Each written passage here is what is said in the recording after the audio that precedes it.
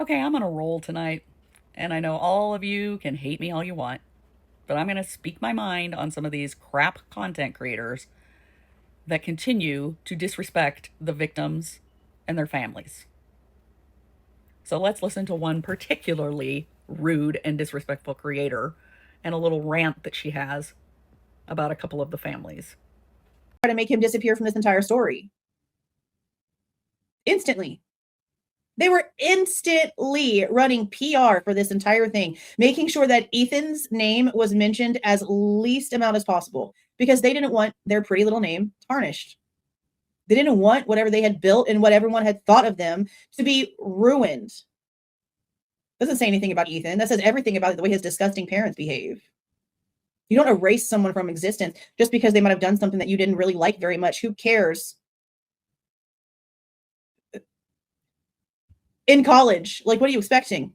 It's not like he went around and AR'd someone or did something super crazy. He was experimenting with things that apparently is so normal. And because you didn't like the fact that he took an Adderall every now and then and drank beer and played video games and was having issues with his grades, you decided to just erase him. Be twins instead of triplets. Disgusting parents. You're calling a murder victim's parents disgusting. All because you don't like how they deal with their grief. They didn't erase him. They weren't embarrassed of him. They didn't try to hide anything. They're not worried about their name or their reputation. Okay? They just wanted to be the people to keep his memory close and to discuss their son rather than tabloid journalists and lying YouTube creators like yourself. Because look what you just did. You just made up a whole narrative that they erased their son. Absolutely false. And no, Stacy never said that they're twins instead of triplets. She was relaying a story about Maisie and Hunter when they were at the DMV, and it was easier for them to tell the clerk that they were twins rather than to go into everything about the murder.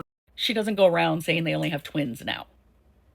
And you know that. You know that's the case, but you purposely twist it and misconstrue it so that you can have your audience thinking that the Chapins are some horrible people. And I don't know why you think that's okay to do.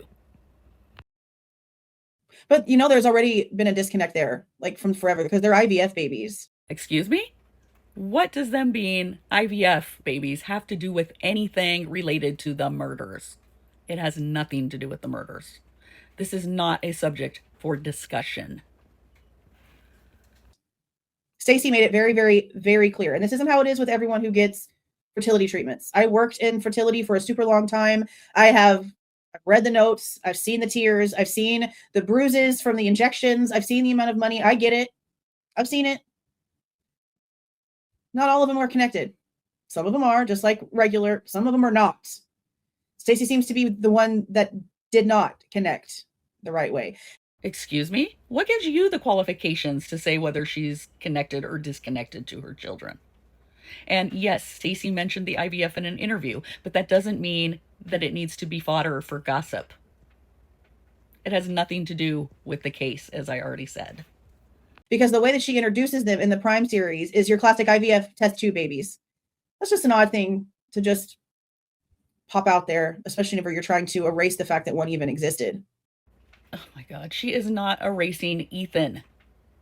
I don't even understand why you think it's okay to say these vile things about victims' families. I know that they celebrated Kaylee Jade Day over the weekend. I didn't go over there and see everything that they did. I just know that they decided to do it over the weekend because yesterday was Kaylee's birthday. Nobody really does stuff on Mondays, so I guess it made more sense. I just saw some pictures of them holding like poster boards and like some decorations and stuff. And that's fine. I hope that they keep up that kind of stuff because normally that kind of stuff doesn't last very long. But let's hope that they continue it so they can remember what they're doing here too, because super lots of stuff going on constantly. Super lots of stuff going on constantly. Very materialistic. You just have to get in a jab about them, even when discussing Kaylee's birthday. Sad. You're really sad and pathetic. I mean, I just don't trust him. Okay, like I watched the last video or two that True Crime Design put out on like their business dealings and just like all the different connections to things. Oh, yes, the video that True Crime Design did lying about the G family that you also picked up and then continued the lie, claiming that they had shady dealings because they had an incorporator set up a cloud based business. And then that same incorporator had set up a business for an escorting company. Well, first of all, it's just like using LegalZoom or other services. You get assigned an incorporator, they help you set up your business, and that's all the dealings they have with you. They're not part of your business. But also, the escorting business was not escorts like Ladies of the Night. It was a company that provides pilot cars and lead cars for construction escorts and for semis.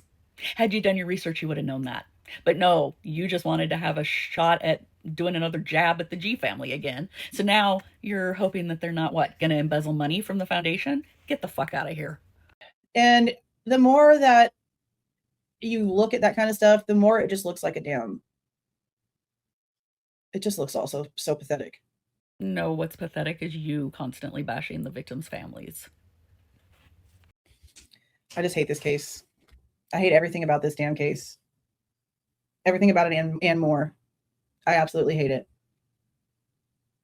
Well, if you hate it so much, then why don't you move on? It's a closed case. It's solved.